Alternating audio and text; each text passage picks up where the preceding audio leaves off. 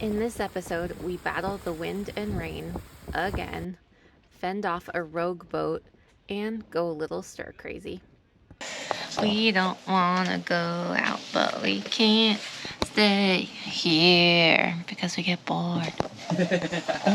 Hey, we're Sailing These Knots. I'm Carol. I'm Bruce, and this is Ariga. We were still hanging out in our favorite anchorage, Sisters Creek in Marathon. It also happens to be a hurricane hold, so we are preparing for the bad weather to come and also trying to take advantage of the current beautiful weather. Man, I gotta tell you, I'm really not looking forward to weathering another storm.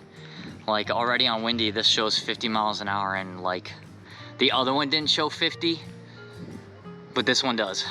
And we know at least the last one was 88.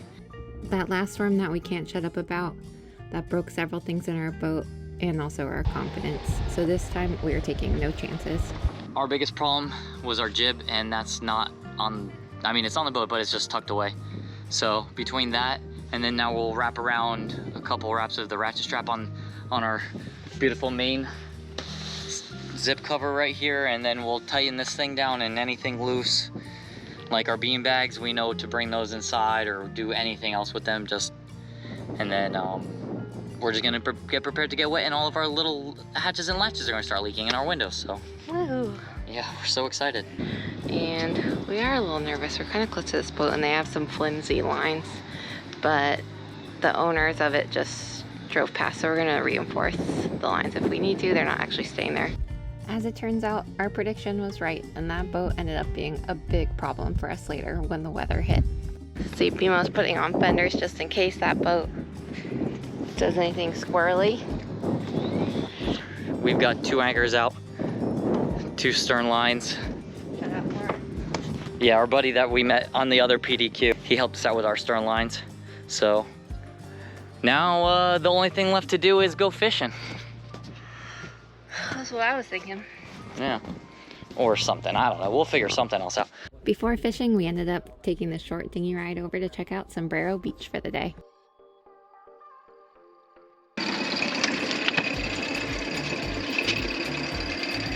I wonder if it'll be crowded. Oh, I know, right? Today's like the last day until it really starts getting nasty. So maybe. And it's a Sunday. Yeah, it's Sunday, and people are out kayaking. Yeah, it's a nice day. It is. I almost got bucked out because Simo over here hit the throttle instead of the brake action, and there was a big old rock bomby in front of us. Yeah, I really struggle. Well, we both do with driving the dinghy on the right side. Like, if you were driving it with your right hand, which is weird because we're both right-handed, but so I saw rocks ahead of us and I tried to throttle down, and instead I throttled up because I was driving with my right hand, so whoopsie, but we didn't hit him. Cool. Oh, cool spot.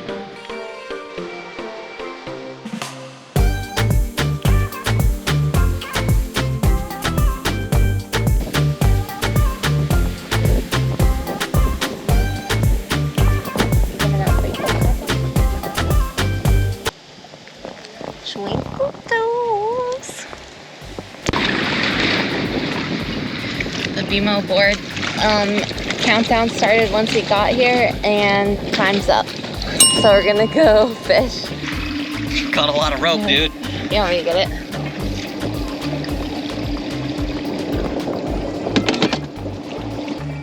Can I turn us?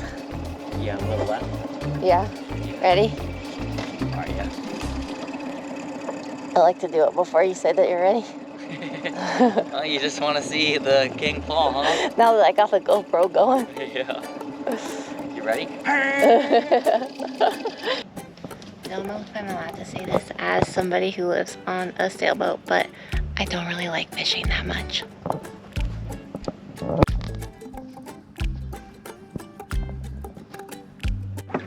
No one probably saw us coming, but we got skunked. Skunked. Chris.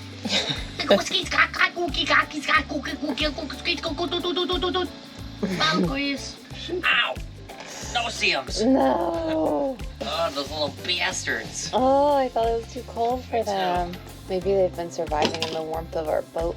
Now, if you replay back what I just said in slow-mo, it sounds like I'm gonna go meet our neighbor Chris. He just came to the mangroves because of the wind and he lost his motor. It sank to the bottom of the river.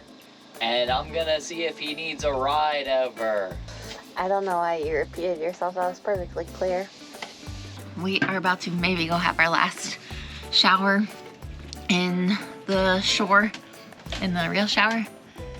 This is in the mangroves.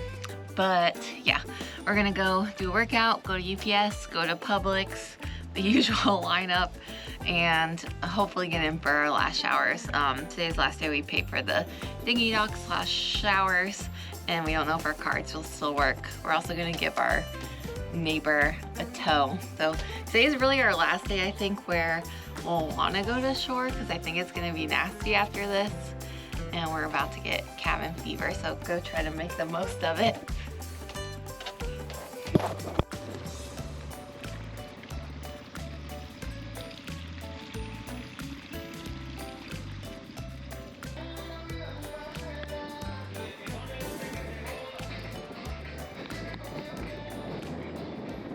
At least when we could no longer use the marina showers, we could use the showers at Sombrero Beach.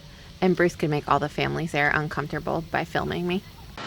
We're trying to muster up the mustard to go scrape the bottom of the boat again. Bruce is going to check the water temp now, and then we're gonna do it, I guess. I'm thinking it's gonna be upper 60s. 69.4. 0.8. Oh, it's changing because of the... Now it's going up. Yeah. I don't want to do this. Me either. But unfortunately, we're broke, so we don't have anybody to help us out. If there's one thing in boat ownership that you should do, it's probably scrub your own bottom of your boat. But it's the part I like the least because we let it go too much, and then now we're just gonna have worms everywhere. You heard it here first. If you own your own boat, you better scrub your own bottom. Yeah, scrub your bottom. It's like wiping your butt. Sometimes you want to leave it a little dirty, but you can't. Ew. You scraping without me? Just scrape it. How is it going? Oh, dude, I'm almost done. I just don't want to get in. It's cold. It's so cold.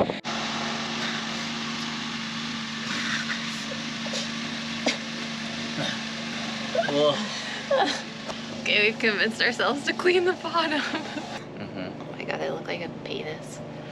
My little penis. Thank you.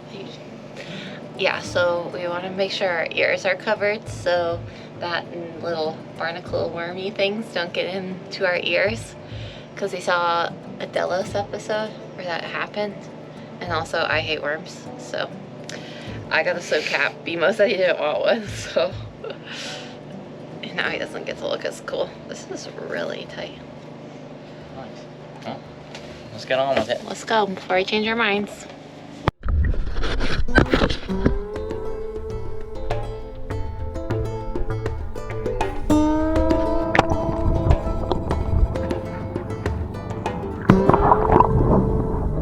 All those freaking little barnacles worms, they're all over.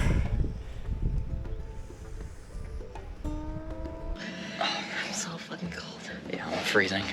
We just scraped half of the boat and oh my god, I'm so cold. I'm freezing. Oh, we couldn't make it. Time to put my sweats on. This was the start of that weather that we were preparing for. Winds were around 30 miles per hour and gusting 50. It ended up lasting several days. How's it looking out there? Not my bucket. Oh, no. Oh. I was filling this stinker up because I wanted to top off our fresh water. With the rain. Yeah, with the rain, so I put it right here to catch these little drips. And it just came spimbling. I think it's time that we open up about a problem that Bruce has. In the event that you or someone you know suffers from the same thing, obsession with rainwater. I'm really like, what do you call it? Fixated? They say the first step is admitting that you have a problem. But allow me to enable by showing a montage of the rainwater catching system, because it actually ended up saving us. Remember that boat that we were talking about earlier in the episode? The one we were a little nervous about? Bruce was outside on one of his many trips of filling our water tank with some of the rainwater that he caught when he noticed that that boat was coming for us. Destroyed our fucking... That would have destroyed our boat. And you were so fast. So I went out here to pour water into our rainwater, and just as I came out here and I poured it in, I look over and this guy's boat snapped loose and it was coming straight for our boat. I was like, baby, baby, baby. And Kale came running outside and I grabbed the boat pole and she stopped the boat. Full arm extension, stopped the boat from destroying our boat. Absolutely so lucky, me too. So I'm gonna give the camera to her. I'm gonna go get some lines tied off and make sure this guy... people, no one stays on this boat, but the people who own it are a few boats down, so they're supposedly coming.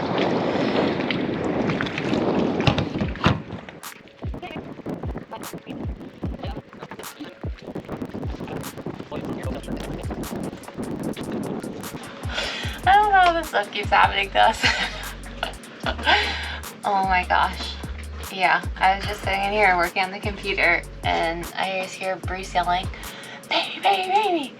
And I thought it was like a cool sea life thing. And then I just saw you running outside the window, so then I ran out there. The boat next to us, the anchor, broke off. So when I was coming out there, it was like the bow was turning into our boat. And so Bruce had the boat pole and then we pushed it off our boat and kept it off. And then the guy owns it, he was like a couple of boats down from us, so then his like family members that are anchored near us came and helped, and it was like a fiasco. Like they were yelling at each other. Like it was intense, but they tied it off to the mangroves. But it was just so it was so crazy how Bruce happened to be outside. Like it's nasty out, but he happened to be outside putting rainwater like right up at the front where that boat like broke free and turned in as soon as it happened. So it was just like crazy. So I was supposed to be doing dishes. That's really the whole reason I went out there, is to do these dishes. And I had to get the rainwater out of the bucket. So, but now we're just like taking all of the brunt of this wind, and it's not supposed to let up for a little while longer. So the rainwater saved our boat, but the nasty weather wasn't over. The rain continued and even higher winds.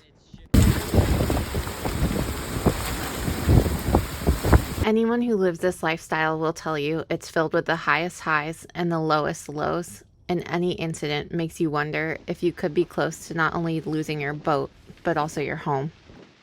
Man goes crazy being stuck in his boat during a storm. Cabin fever. And just when you think you've reached your limit, the rain subsides and the sun comes back out again, and you have your neighbor and new friend over to remind you what it's all about. So the question is, what advice would you give new sailors? I was telling you this yesterday, it's the people that you're going to meet, and you're not going to remember that great day of sailing at 10 knots or something. You're going to remember the people you met, and so don't be afraid to introduce yourselves to people. It's much easier than on land to introduce yourself to strangers. You just say, do you know anything about Yamaha water pumps? Or I like your boat, what kind of boat is it? Or do you have any butter? It's just so easy to make friends with people, and often the butter will turn into a thing. You want to come over for drinks? And Yahtzee. All was well in Marathon again. The weather was beautiful, but of course we had to prepare for another storm coming. At least with this one, we knew when it was going to hit. The weather looks good right now, but there is a storm. You're not gonna believe this. There's a storm coming, and it's going to absolutely destroy our livers. We're about to have 9 people on our boat for like 6 days, and it's gonna be wild. You can't trick me like that. I have PTSD. Oh, it's a different kind of storm. It's a drinking storm, and that's just the way it's gonna be. It's gonna be nasty. Yeah, I'm excited. Yeah, we rock the party non-stop like this.